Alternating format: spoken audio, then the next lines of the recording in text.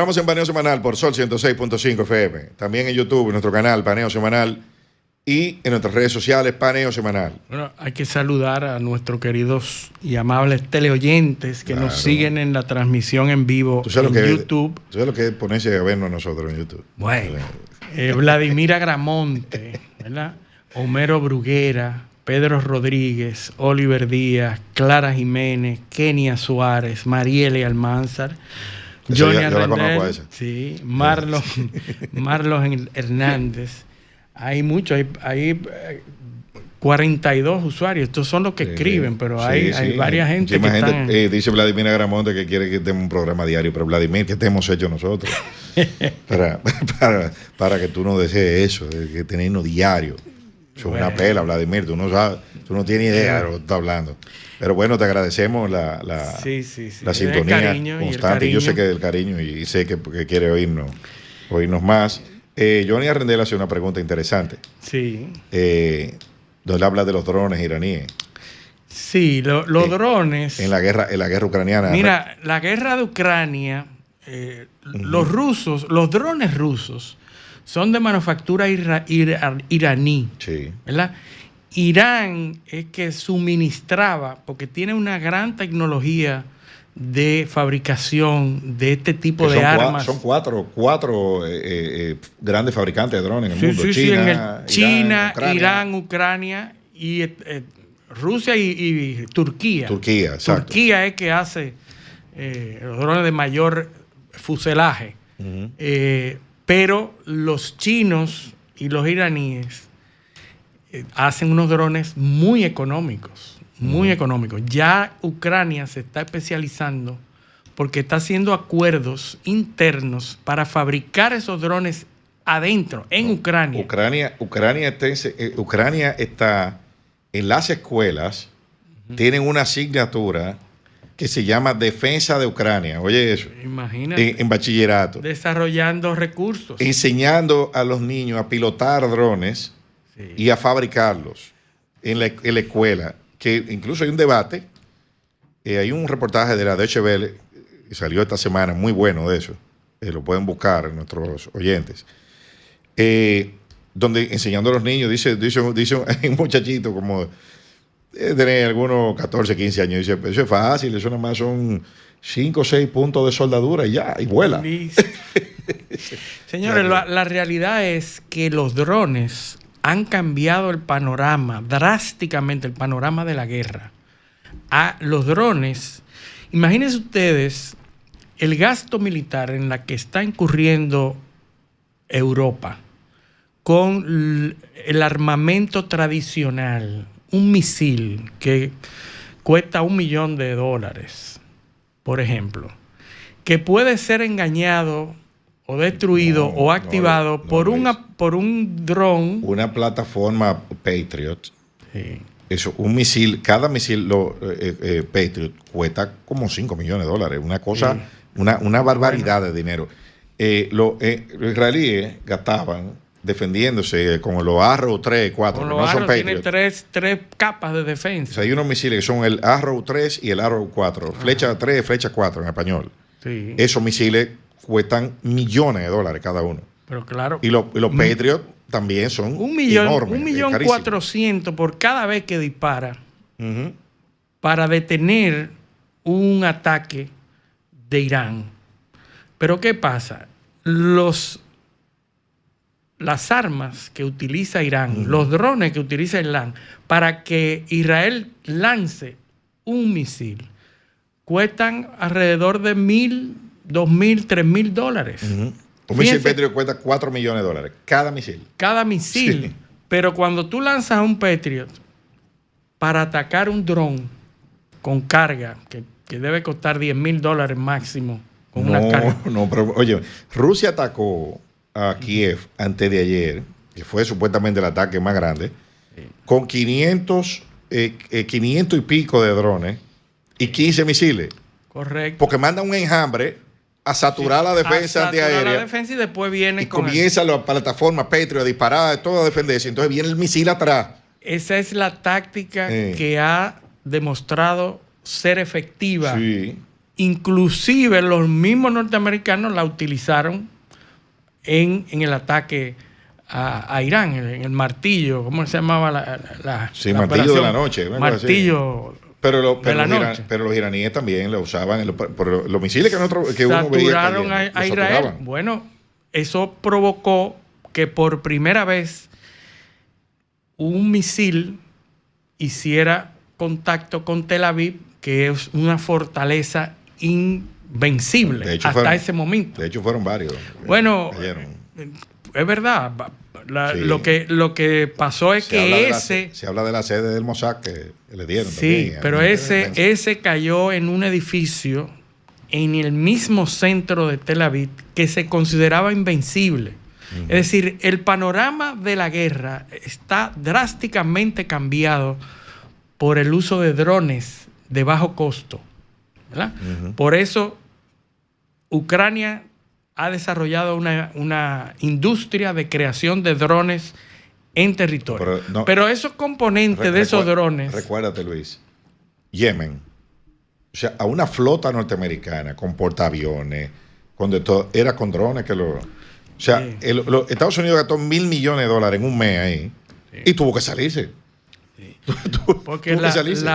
Porque una guerra asimétrica totalmente. Completamente económicamente asimétrica y militarmente asimétrica. No, es insostenible. Porque cuando tú obliteras al enemigo económicamente. Claro.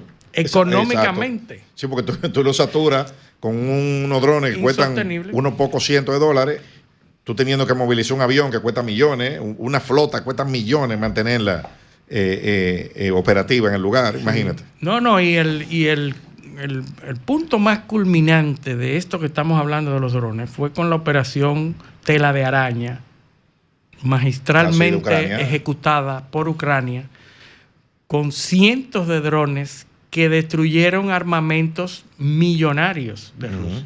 Y ahora Rusia está defendiéndose y utilizando no ya los drones de Irán, que tiene problemas para vender drones porque lo necesita, sí, ¿verdad? Como ya no te lo puede vender a Rusia. Rusia acaba de hacer un acuerdo con China. Exacto. Para que China le aporte los componentes para que Rusia pueda fabricar esos drones.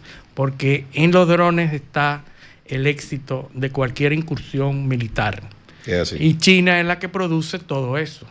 Es así, armamento barato que puede contrarrestar los efectos de armamento caro de última tecnología. Entonces ha cambiado el panorama de la guerra. Ya los generales tienen que volver a estudiar ahora, sí, tácticas y estrategias militares con el uso de drones. El oyente también mencionaba el asunto del genocidio, porque a pesar de que se detuvieron las hostilidades entre Irán, las hostilidades no, la guerra, los bombardeos, Gaza volvió a ser escenario de ataques por parte de Israel, ataques sanguinarios, porque se están dando, mira, un funcionario oficial de Naciones Unidas dijo que en lo que va de semana hay 549 palestinos muertos, mira, y 1.400 heridos en puntos donde los palestinos acuden a buscar alimentos. Hay un problema serio en Israel, en el periódico, en el Haaretz, está hoy en el titular. En la sociedad israelí hay un debate muy grande ahora mismo sobre los temas éticos, que lo hemos hablado mucho aquí. Hay una entrevista con el autor del manual de ética de la Fuerza de Defensa israelí. Sí, que se supone que debe tener un manual sí, y que deben seguir. Sí, ¿verdad? Lo tiene, te voy a decir ahora. Sí lo tiene, desde el 1990 está vigente. Él se llama Asa Kasher, se llama, profesor de filosofía, el que escribió el manual. Entonces, ¿qué es lo que él dice? Porque ahí hay mucho enojado. Ya los israelíes han pasado por todo esto. Dice él en esa entrevista que hay una deshumanización del enemigo, lo que hemos hablado aquí. Completamente. Después del 7 de octubre, los gazatíes no son humanos. No son humanos, el enemigo. Entonces, no son humanos y por lo tanto ahí yo puedo hacer lo que me dé la gana con ellos. ¿Qué pasa? En Israel, en el 1956, 57, hubo un incidente en la guerra del Sinaí que se llamó la masacre de Kfar Qasem, donde una patrulla de militares israelíes le quitó la vida a 40 y pico de trabajadores, creo que eran egipcios, porque se había dictado un toque de queda. Violaron el toque de queda. Y ellos venían de trabajar y no sabían que había. Entonces la patrulla lo intercepta y cuando ellos se van a identificar, el comandante de la patrulla de una orden, elimínalo a todos. Increíble. Y abrieron fuego y ahí perecieron 49 personas y habían niños ahí. Ese caso fue a los tribunales israelíes y condenaron a los militares. Incluso el juez que presidió eso fue el juez que juzgó a Adolf Eichmann. Imagínate. Después, posteriormente, cuando lo agarraron en Argentina y lo llevaron a Argentina o en Uruguay. ¿Dónde fue que lo agarraron? Bueno, en Sudamérica. Lo llevaron a Israel, lo juzgaron ahí. Fue ese mismo juez que le tocó juzgarlo. Ese juez, para condenar, obviamente, esos militares, creo que el que más lo condenaron fue como a 12 o 17 años, no cumplió la pena, porque lo indultaron después, los israelíes. Pero se adoptó una doctrina, que es la doctrina de la orden manifiestamente ilícita. Entonces, ellos lo dividen en dos: una orden ilícita y una orden manifiestamente ilícita.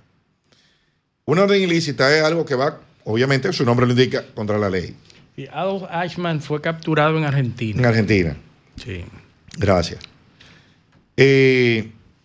Una orden ilícita, obviamente, como su nombre lo indica, va contra la ley. Pero una orden manifiestamente ilícita va contra los principios de cualquier Estado democrático.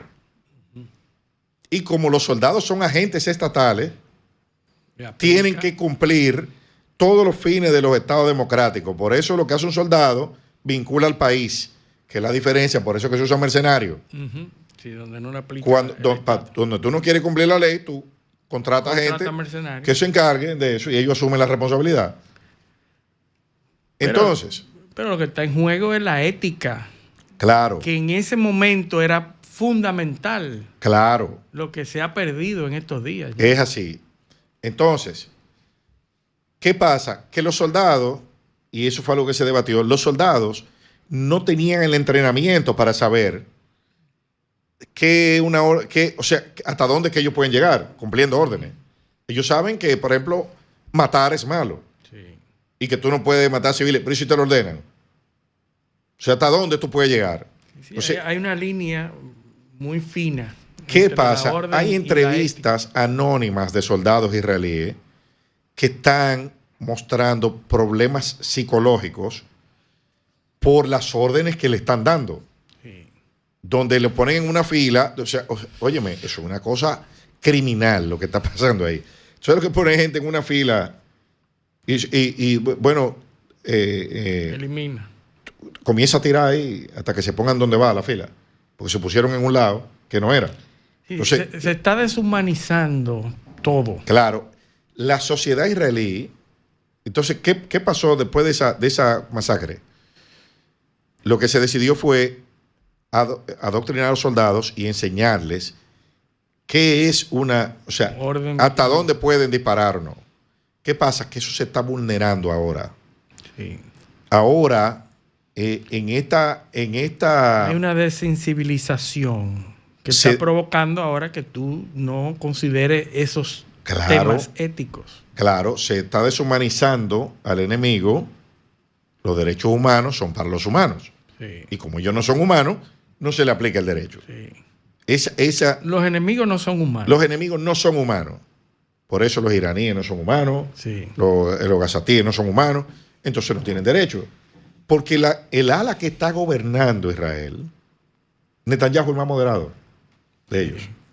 O sea, los otros, Yoav Galán, Itamar Ben-Gavir, Israel Katz, bueno, esa gente...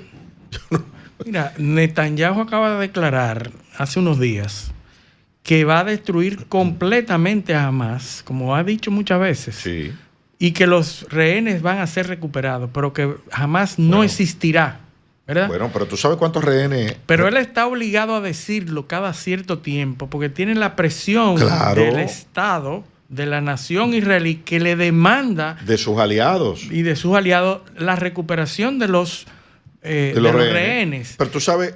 Fíjate que Trump tuvo que salir a defenderlo, a defender a Netanyahu, porque Netanyahu iba a ser llamado a un tribunal. Claro. Y por intervención de Donald Trump, ese tribunal pospuso esa decisión de ser llamado al tribunal. Por motivo de seguridad. Por motivo de seguridad, que en este momento no es... Sí, no es prudente. No es prudente llamar a Netanyahu a una corte. Exacto. Para responder por los crímenes que se le imputan. Así es. Entonces, ese escenario, tú sabes que las fuerzas de defensa israelíes han matado varios rehenes de forma accidental. Hay un incidente que se dio, creo que en diciembre del 23. Sí, hay uno que hasta fue aceptado. Que iban con bandera blanca y abrieron fuego. Y resultaron que eran 3 rehenes. Habían 3 rehenes ahí. Sí. Ese conflicto está deshumanizando a la población, a los soldados de ambos lados. Se está deshumanizando. Por eso que yo hablé en programas pasados sobre el asunto de la ética occidental, la moral occidental. Nosotros estamos viviendo en una disminución, en un ataque a los valores morales. Una resignificación. Completamente. Ya no es lo mismo. Una vida ya no es en función de si es humana o no. Volvimos al principio. Sino que si es enemigo, no es vida. Estamos pasando lo mismo que le pasaba a los esclavos. Claro. Los esclavos no eran humanos. Hay un filósofo español, apellido Gomera, que tiene un tratado sobre la dignidad muy interesante. Dignidad viene de dignitas, que es un concepto romano. La dignidad era para los dignos. El que se lo merece. El que se lo merece. Entonces ese concepto, a medida que cuando entró el humanismo, cuando entraron las corrientes filosóficas más avanzadas, se extendió al universo de la humanidad. Ya por la mera condición de humano, usted adquiere dignidad.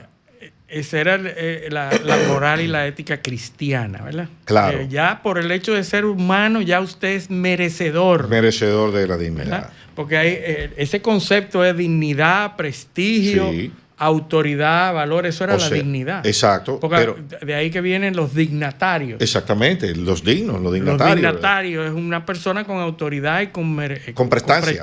Con prestigio. Que tiene derechos por su investidura o por su condición. Sí. Pero cuando llega el humanismo y el cristianismo, eso se extiende a todo el mundo. Y no es la primera fase del cristianismo tampoco, porque la dignidad estaba sujeta a la conversión. Sí, se convertían. Si tú eres de nosotros, tú sí, porque si no yo voy y financio una cruzada para irte a arrancar la cabeza y robártelo todo. Porque tú no eres digno. Bueno, ¿entiendes? O sea, malas interpretaciones. Interpretaciones. Claro. Imagínate tú, la interpretación. Mira, la interpretación es lo que ha permitido que donde hay poder de interpretación, hay permanencia de la norma. En Inglaterra no hay constitución escrita. No. Y eso funciona muy bien. En Estados Unidos la primera 10 enmiendas, el Bill of Rights, eso sigue igualito del siglo XVIII. Se ha mantenido. Se ha mantenido, ¿por qué? Porque hay posibilidad de reinterpretarlo en sentido favorable. O sea, imagínate tú, si nos vamos al texto, la Declaración de Independencia de Estados Unidos dice que todos los hombres fueron creados libres, iguales por Dios, pero habían esclavos. Bueno, pero que no eran los hombres blancos. Otros, sí. Eran los hombres blancos. Y los indios tampoco eran hombres. Y las mujeres tampoco eran hombres, dice hombre. Así es.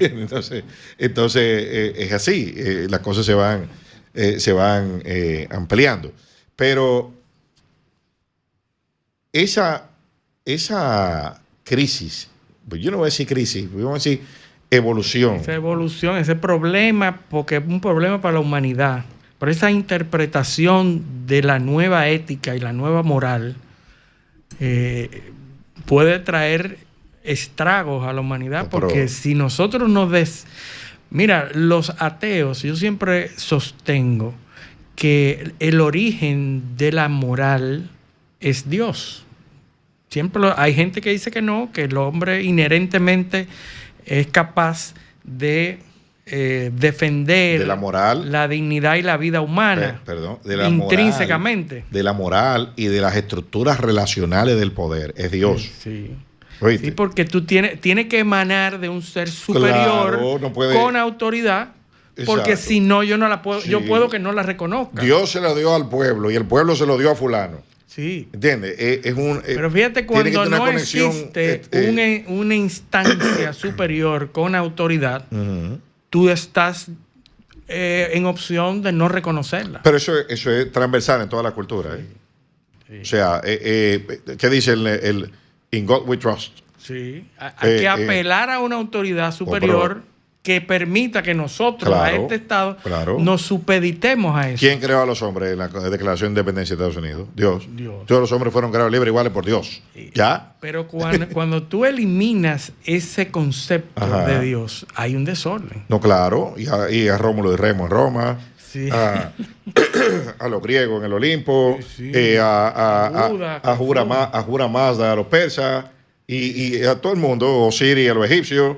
Y siempre hay una conexión de arriba. A entidad superior. Sí, a nosotros, Dios, Padre, Libertad. Sí. Siempre hay una conexión con la superioridad divina que transfiere a un grupo, el conflicto israelí. Sí. Dios le dio ese pedazo de tierra a Abraham. Sí. Pero ¿dónde firmó? La justificación de todo es eso. Sí, que Dios le dio, mira, Abraham, esto desde el Mediterráneo, la franja entre el Mediterráneo y el Jordán es tuya. ¿Y dónde está eso? Eso está en el Génesis 12, en la Biblia, el primer libro. Sí. ¿Oíste? Cuando empezamos a escribir el libro sagrado, en el capítulo 12 ya es ¿dónde está el pueblo? Mira, que por cierto, usted es el pueblo y el solar suyo es este. Cuando Israel llegó ya había gente ahí. Sí, claro, no, porque Dios llegó, yo no sé cómo fue eso. Eso hay que explicarlo. Que no necesariamente eran los palestinos, pero ya había gente. Eso lo escribieron, ya había mucha gente, había pasado mucha gente por ahí. Sí. Pues se mantuvieron guerreando por años. Eso lo escribieron, Génesis creo que fue el siglo 3 o 4 antes de Cristo que lo escribieron. Pero ya había gente, hacía miles de años que ya había gente ya. Sí. No, y además, no se escribió mientras estaba produciendo el asunto, fueron 200 y pico de años después. Sí, entonces dime tú, si Dios puso a Abraham ahí, ¿quién puso a los otros? O sea, entonces eso me hace recordar en los diálogos de Platón a Eutifrón, el dilema de Eutifrón. Sí. ¿Te acuerdas? ¿Cuál es ese? Dice Eutifrón preguntaba, ¿las cosas son buenas porque Dios las manda o Dios las manda porque son buenas? Dios las manda porque son buenas, correcto. Entonces, sí, eso no es fácil, no es fácil. Sí. Pero mira, y eso lo escribieron muchos miles de años antes. Miles de años. Sí. Entonces, pero yo creo que es momento de que recibamos un par de llamadas, Luis, antes de irnos a la segunda pausa. Vamos a ir a nuestros oyentes, por favor. Comunícate 809-540-1065 1-833-610-1065 desde los Estados Unidos. Sol 106.5, la más interactiva. Bueno, aquí estamos. Vamos a saludar a José Luis de Andrade, nuestro gran amigo que ha sido invitado de este programa muchas veces, una de las personas que más sabe de inteligencia artificial en este país. Y dice que la guerra está aquí en la calle, en los semáforos. ¿Viste? Sí, bueno, eso sí es verdad. Buenos días, ¿quién nos llama y de dónde? Sí, buen día, habla Merky Roa. Adelante. Estoy llamando al programa La Universidad de los Sábados. Gracias. Porque todo el que escuche este programa se orienta, se informa, y solamente los analfabetas no escuchan el programa como este. No lo maltrate. Muchas gracias, yo no me explico por qué a veces un dirigente, un presidente o un general ordena y provoca la muerte de tantos ciudadanos que no tienen que ver con sus problemas, a veces mentales y personales.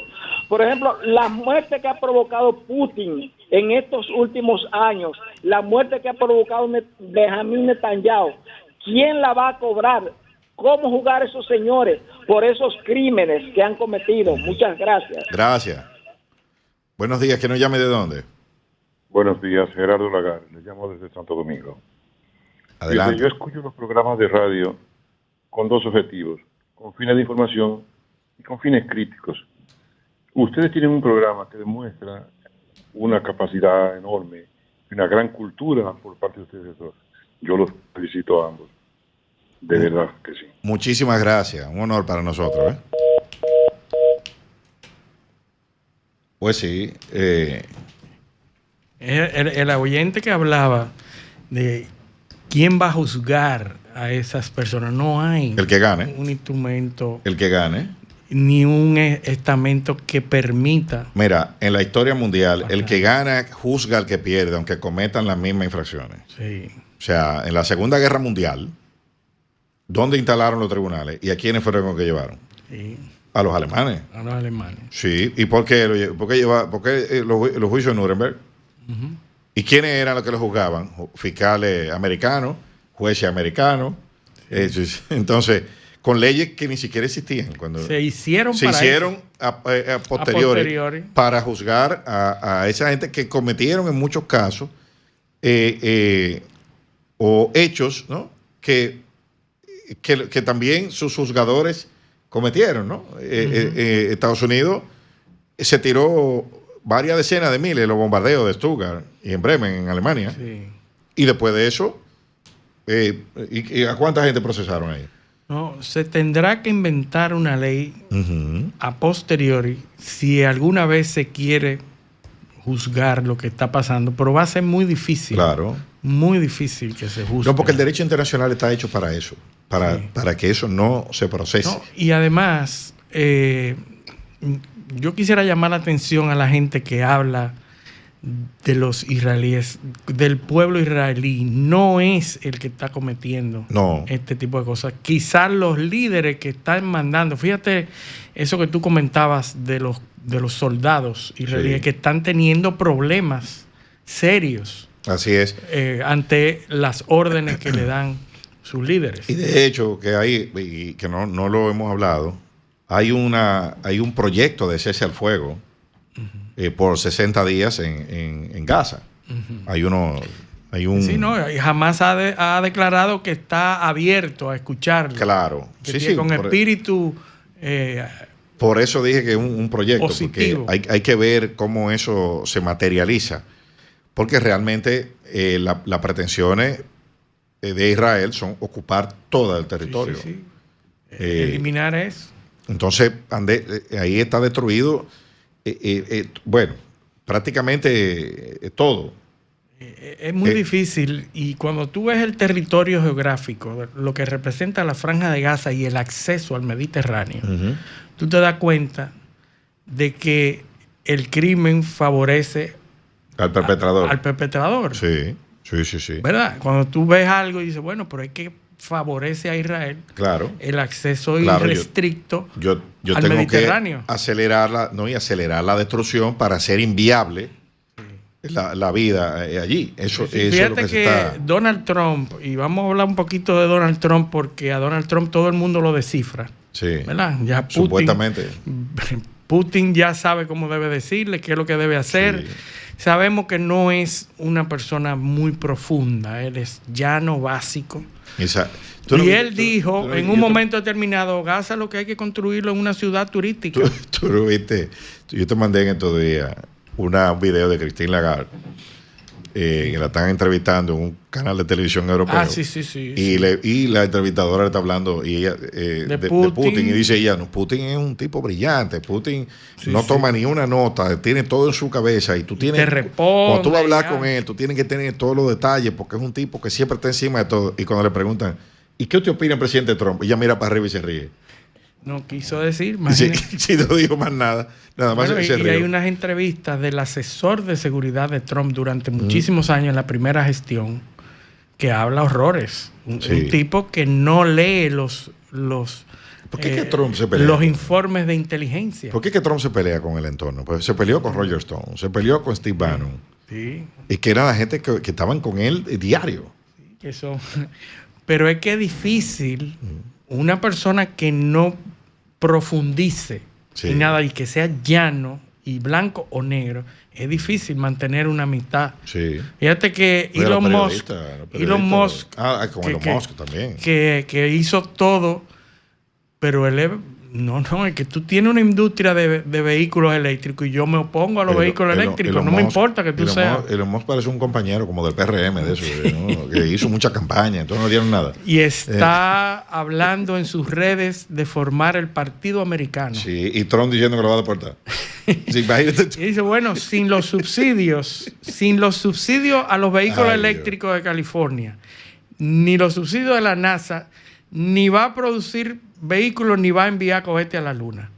Se va a tener que ir para Sudamérica. Escribió en su red social Donald Trump. Se va a tener que ir para Sudamérica otra vez. Sí, pero es lo que... Fíjate lo llano y lo básico. Sudamérica, pero es Sudáfrica. Sudáfrica. Sudáfrica. Increíble. Yo lo deporto. Eso es como que un juego, un chiste. Sí. No hay. Sí, y yo sé que tenemos que irnos a la pausa, pero vamos a buscar después, porque tenemos ya nuestro invitado que está aquí. Panelista fijo de este programa, Yesbel Castillo. Vamos a hablar de Irán. Sí, mucha gente hablando, pero... Persia. De Persia, ¿no? Porque Irán y vendrán. Sí. Entonces, pero vamos a buscar un hueco para hablar del Big Beautiful Bill. Ah, sí. Fue pasado. Sí, ya lo pasaron. Y vamos a ver que, así rápidamente, porque nosotros no somos economistas, pero eso va a tener implicaciones. Pero hay implicaciones porque eso implicó un cisma en el Partido Republicano. Claro. Importante. Tuvo que ir el vicepresidente a desempatar al Senado. Desempatarlo, pero eso implica que hay 10 o más de senadores republicanos que se opusieron a eso. No, porque, pero ahí, nosotros dijimos la semana pasada que el gobierno de Trump había arrancado la semana pasada, después de esa sentencia de la Suprema Corte de Justicia, y ahora con el presupuesto. O sea, todo lo que él dijo que iba a hacer y que ha estado dando señales, ahora ya tiene el dinero y tiene el apoyo institucional para hacerlo. Pero bueno, vámonos a la pausa. Esto es Panel Semanal, no le cambien.